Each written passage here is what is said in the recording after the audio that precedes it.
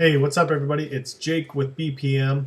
Just wanted to share a little something with you regarding playlists for teen dances and school dances and that kind of thing. I am almost 30. I've been out of high school. Well, I graduated in '98. So anyway, I'm getting older. And I don't always know what the students are into these days. And what I do that helps me is I take advantage of DJ intelligence. If you don't have DJ intelligence, that's something you need to get. That's especially if you're kind of a web-based DJ company like I am. DJ intelligence is a huge help for me because I set up what they call guest request lists, and what that is basically it used to be password protected, where if you did a guest request list, you had to have them input a password to put the requests in. But now you don't have to do that. You can just basically set up the school, and then my school is Vermilion High School tomorrow.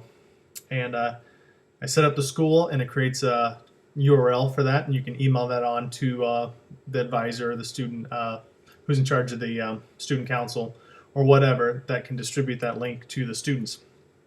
And I set up a guest request list page for them, and I set the limit to 10 requests per student. And what it does is just basically tallies everything.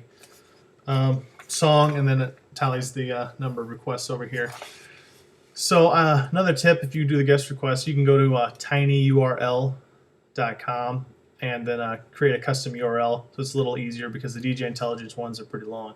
So this one was like www.tinyurl.com/vermmusic, and they can basically go on there and make the request. So what I find that's so interesting when I actually look at these guest requests is a lot of the songs I would think would be on there aren't on there, because I think as DJs we try to stay so far ahead of the curve that in smaller towns. I mean, I'm in South Dakota, so it's not a huge metropolis area.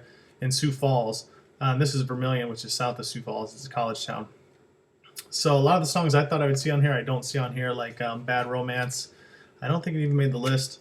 And then like Transformia and stuff like that I would think would be pretty hot for the high school isn't even on the list. And you'd be surprised that I've got some Dr. Dre. That was back in my day, Nothing But a G thing. I'll definitely play that. But yeah, it just helps me out a lot. And if you notice, the list that I got returned is probably 5 or 6 pages long. And what I do, I don't ignore the requests that only have one request or so. I'll look through that, and if I see something I think will work, I'll play it. But I pay most attention to, for example, on this list, I'm going to definitely pay attention to the first page with the one with the highest request is down with 9, and then it kind of goes down from there. And then we get into the 2s down at the bottom over here. So what I usually do with this is I'm not going to live and die by this list, but it gives me a good indication of what they want to hear, especially the ones with the 9, 8, and 7 tallies. And I'll take this list, I'll get out my MacBook Pro, and then I'll pull up Serato, and then just go down the list, and then I'll pull them and put them in a crate. And then after I get probably all the requests 9s to 2 tallies, I will go through them and check out the BPMs and see what will go together. And I also have my entire music library keyed by mixed in key, which basically is a dumbed down version of harmonic mixing. And so like it numbers them like 5A, 6A, 8A, 8B, and so you can know what to mix into if you kind of do a little research and figure out which keys, when they're tagged by mixed in key, are compatible, so that you don't have any harmonic clashes. So I'll scrub this list, put it in Serato, organize it, and kind of maybe a way I think might work. And of course that'll probably change as I read the crowd throughout the night, but I'll organize it that way. And then also, if you use Serato, another thing you can do is listen to a few songs, and you can go ahead and set a few loops, either the intro loops, and save them to mix with. But what I like to do is maybe find a section like an outro, maybe in the middle of the song, that I can loop, or I can loop a phrase and mix into it. So I'll go through a little bit and set those loops and everything like that, get a little bit prepared. That way, when you go in, you can just work on mixing your preset list, mixing it the best of your ability, and you don't have to worry about scrounging for the next song.